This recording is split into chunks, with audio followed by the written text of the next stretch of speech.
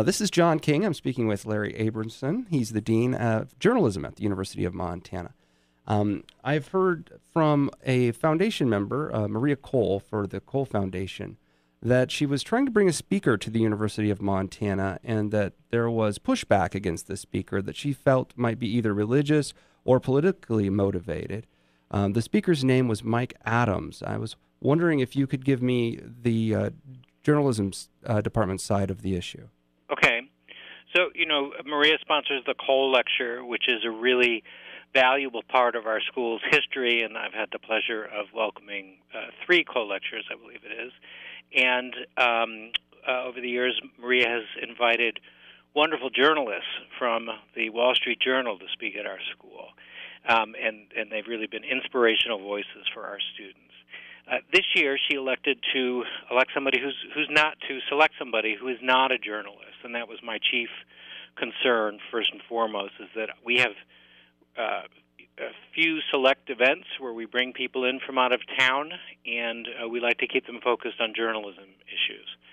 I was also concerned when I looked into some of Mr. Adams's work, his writings, and his public appearances, that some of his remarks could be interpreted as homophobic or anti-feminist, hostile to women. What sort of statements did he make that were concerning to you?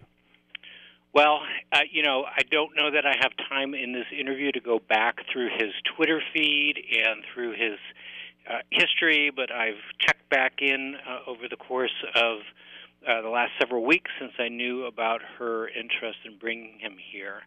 And he has attacked in public forums members of the LGBTQ community and, in my view, belittled people who would characterize themselves or who he would characterize as feminists. And I think that some of those remarks could be interpreted as hate speech. And so while he has the constitutional right to make those remarks, the journalism school is not interested in inviting somebody like that. And I think that's what's important, is that our name goes on this lecture, as does, of course, Maria Cole's, and that this is not the work that we do. It's also not our work to talk to people who, most of the time, to talk to people who are not journalists, and especially for a lecture, as I said, that is focused on the challenges and opportunities facing journalists. I don't know about exactly the last 3, but Mrs. Cole told me that in the past, many of the guests have not been journalists.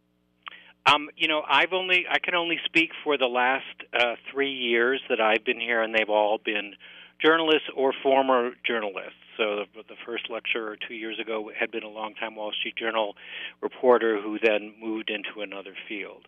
But I can speak now. My focus is on bringing people with knowledge of issues that are relevant to journalism, and usually that is journalists, and so that is our chief focus. But as I said, I also had concerns about the appropriateness of sponsoring somebody who seems to be on the attack against groups.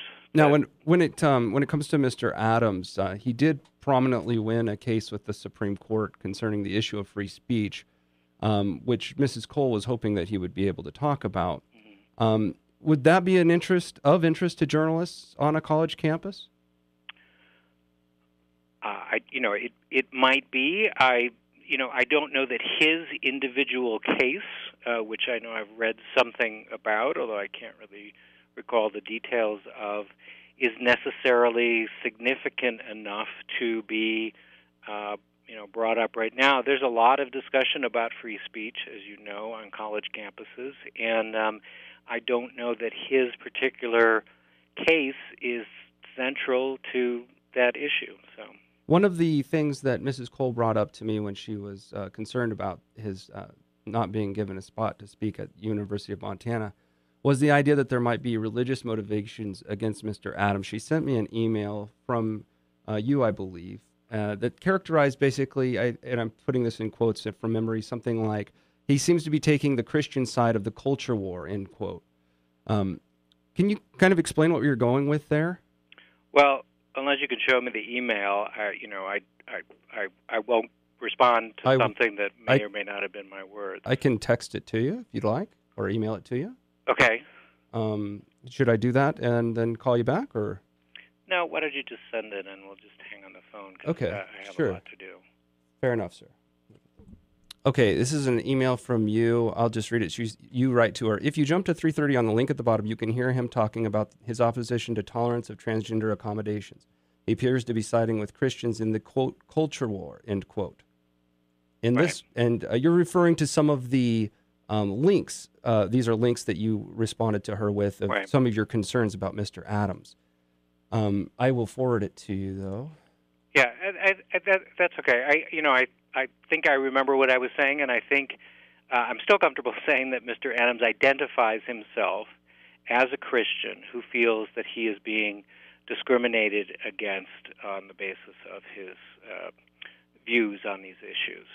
And, I think that's still an accurate characterization, and I was trying to reach an understanding with Maria about what it was that he was likely to talk about when he came here. Of course, I can't know exactly what he was going to say. Sure, and by the way, she didn't either. I asked her what he was going to be talking about, and she didn't have a firm grasp on that yet. Right.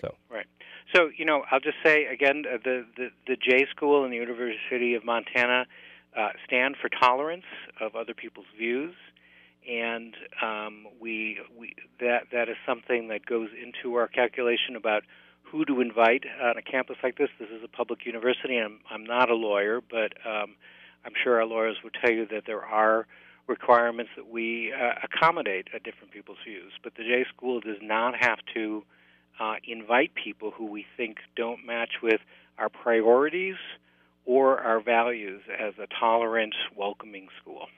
Thank you so much for your time, sir. All right, thank you. Bye-bye.